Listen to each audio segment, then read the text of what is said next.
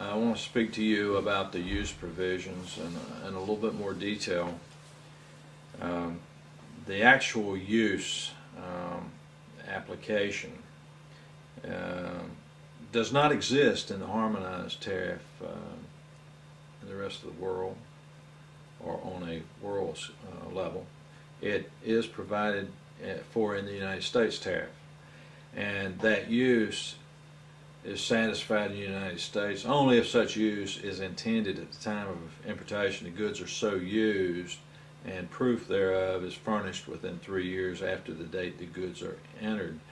As an illustration of that principle of actual use, there are 2 U.S. subheadings in Chapter 51 which require a determination of actual use. They are 5101 1110, and that is wool for special uses, and 5101 1910. Actual use will therefore be required to be established in those 2 subheadings, as currently the actual use must be intended at the time of importation, article is so used, and then proof is furnished within 3 years after the entry date. There are also examples of actual use in the harmonized system which can be found in Chapter 98 and 99, which are applicable at the national level only. And they are example 9817-0050 and 9817-0060 for agricultural products.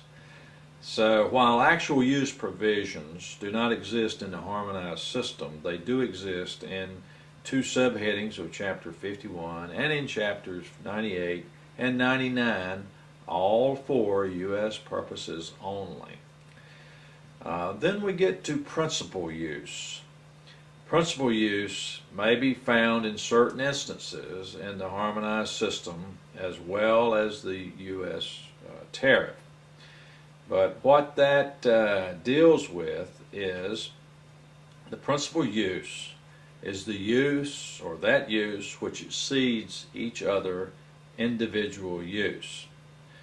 An example of that might be in additional U.S. Note 3 to Chapter 27.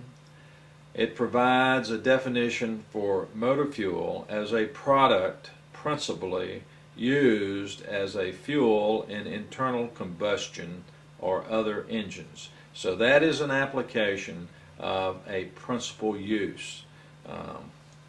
So you need to be aware of those 2. Now we get to suitable for use solely or principally.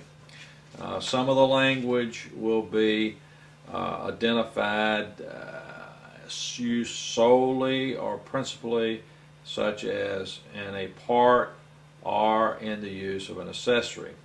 And that means that they must be suitable for use solely or principally with the article. And there are spelled out instances of this in the tariff, and an example of that would be Note 3 in Section 17, Note 2 in Chapter 90, Note 2 in Chapter 95, Note 2 in Section 16.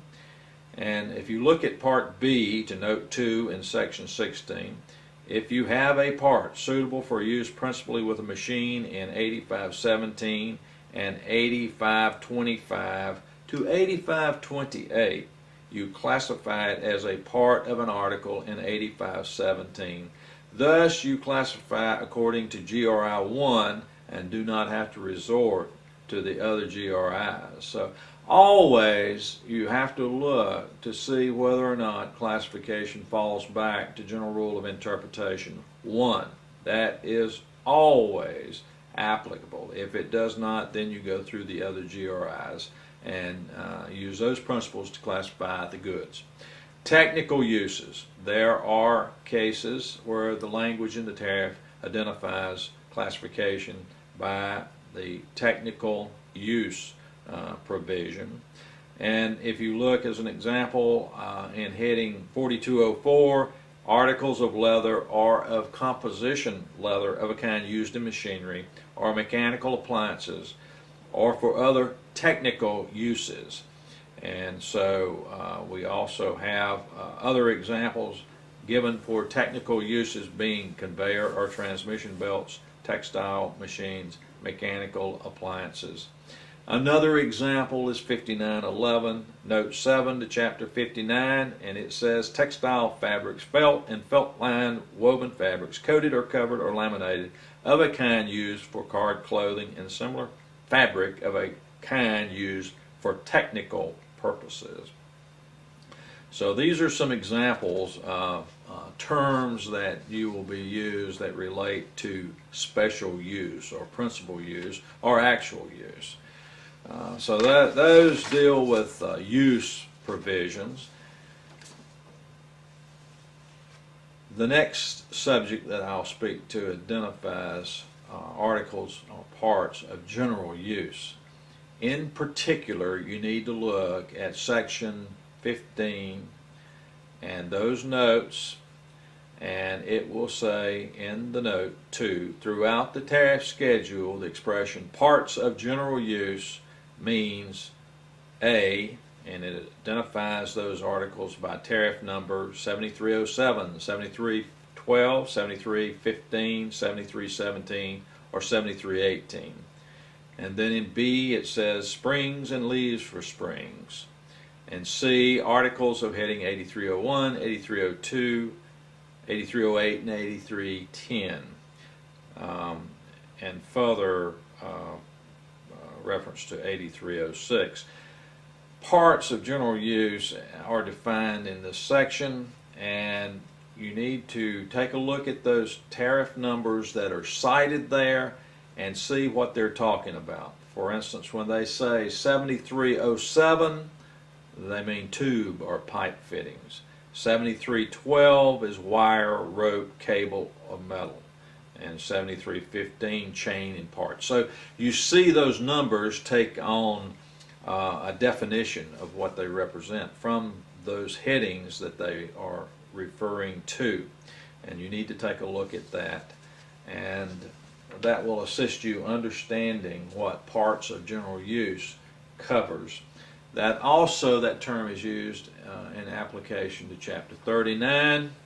And also you'll find that term in the section in chapter notes identifying things which are excluded from classification under motor vehicles, that type of thing. So it is very good for you to be familiar with the use of that term, and it is identified in section 15, parts of general use, and what it provides and what it means there.